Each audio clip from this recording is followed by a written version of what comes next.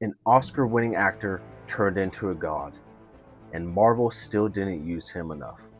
A legendary villain actor played one of the most forgettable villains in the MCU.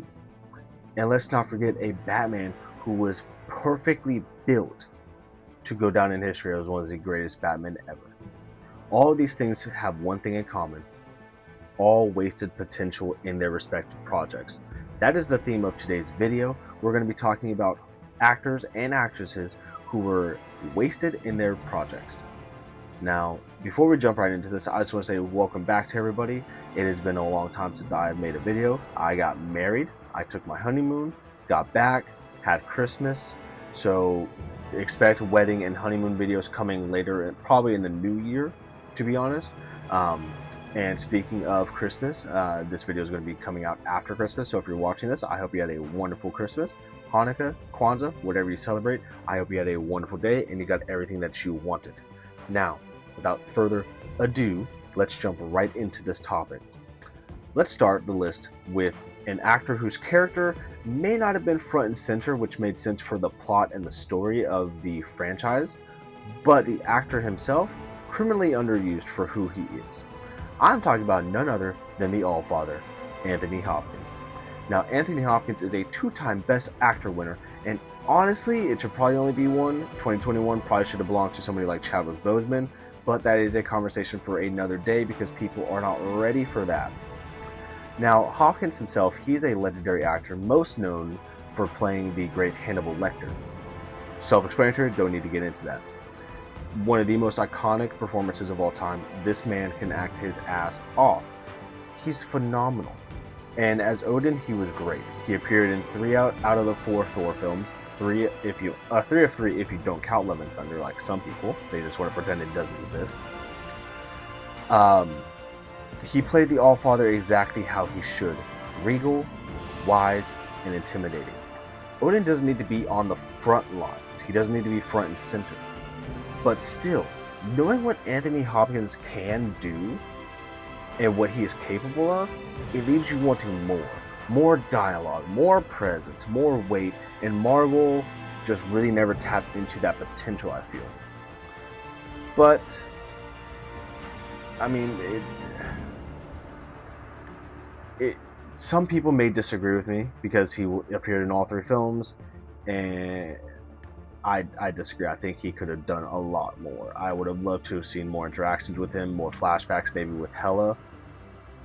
But unfortunately, that was what it was. Next up is going to be our first villain on this list, and I'm definitely going to pronounce his name incorrectly.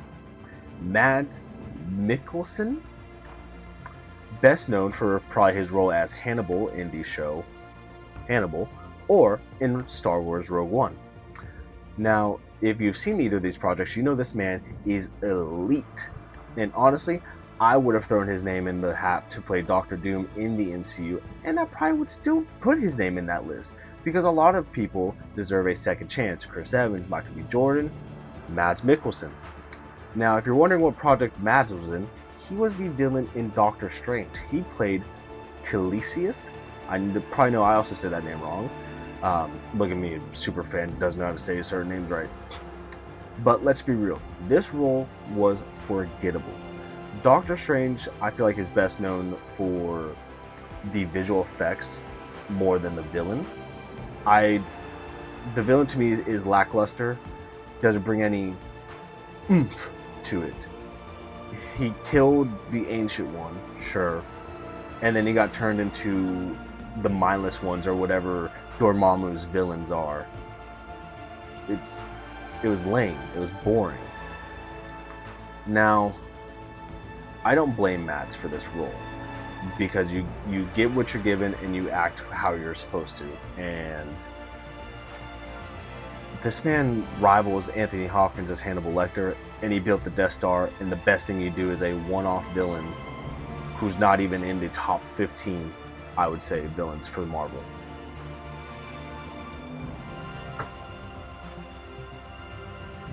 Disney, you gotta do better than that. Okay, sorry about that interruption, guys. I had a call that I had to take, and Unfortunately, there's nothing like a good old phone call interruption to ruin your first video back after a vacation. Just my luck. But without interrupting the flow any further, let's jump into the next wasted talent. This one, we never even saw anything to do with this character. It just got the can. I'm talking about Leslie Grace and her Batgirl film. Now, Batgirl was filmed entirely. It was done, it was in the editing process, it had a release date, it was going to come out, and Warner Brothers canceled it. Deleted the entire movie from existence. During the director's wedding, mind you, they deleted it. The directors don't even have anything from the movie. It's Thanos snapped. It's gone. Now, we'll never know if this movie was going to be good or bad. Some people heard it was going to be bad from the test footage that they saw. Some people, like myself, had expectations. Who knows? It could have been good. Unfortunately, we will never know. This movie would have brought Michael Keaton back once again as Batman.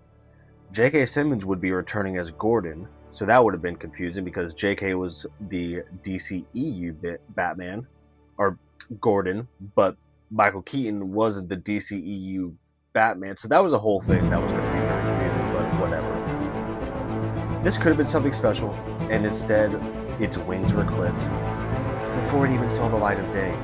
I genuinely feel so bad for Leslie. She seemed so excited to play this role. She was training, she had a suit, she had everything, and just to have your superhero debut turned to dust. It's a damn shame, and I think it's still one of the worst things Warner Brothers has done. It's not the worst because of everything that happened behind the scenes of Justice League, but it's up there because it's extremely disrespectful and it's not a good movie. That's just it.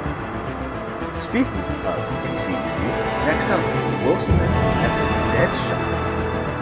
Now, Suicide Squad itself was not a great movie. It was rather dog shit, if you will. And I don't blame anyone who was in it per se, but the one thing people talk about the movie the most is Margot Robbie, not Will Smith, who did a great job as Deadshot. It's a shame. He brought maturity to the character and grounding to the movie that was filled with chaotic humor. His version of Deadshot, I feel like had enough of an impact that they decided to race swap the character in video games in Suicide Squad versus Justice League. I believe in some comics now he's African American. In some of the DC movies Deadshot, it might have only been one, but he was also African American. If that doesn't tell me that they had plans for Will Smith, then nothing does. But change the character. They brought, I think, bravado to that. And it's a damn shame that we didn't see him come back in the Suicide Squad. But did upgrade. Idris Elba did amazing. What which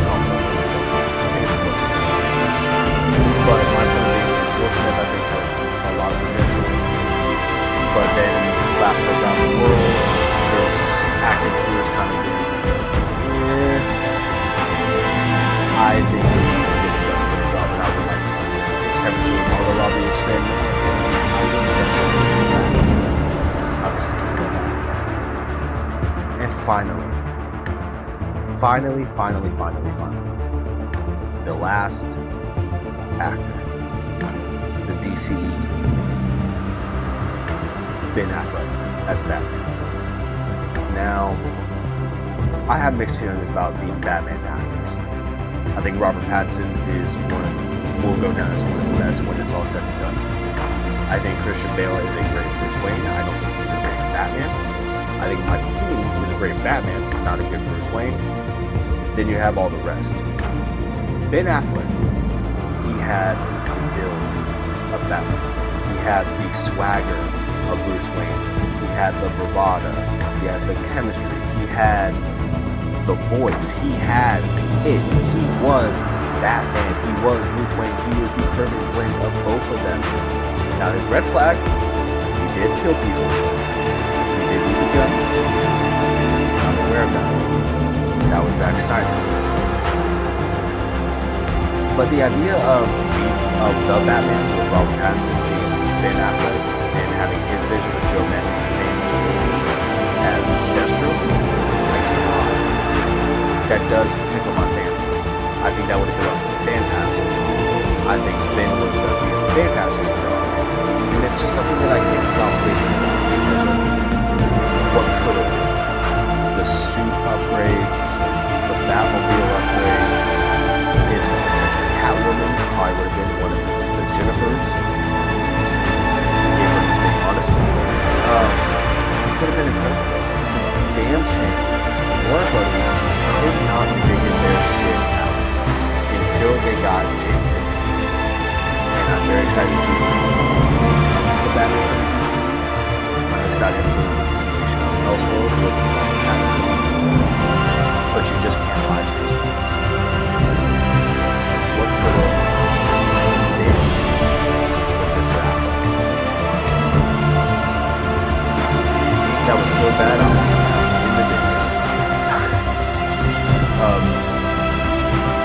But in all seriousness, Ben Affleck is a fantastic actor.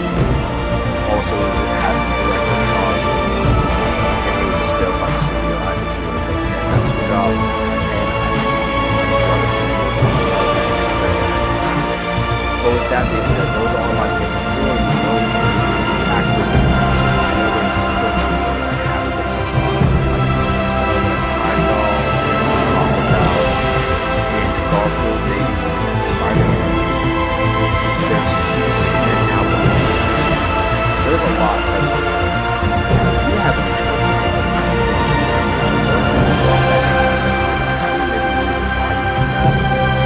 maybe like this video, please make sure to hit that like button, subscribe, share this with your friends. There's a lot more. And until next time, this has been the Geek Takeover. First time as a married man, signing off.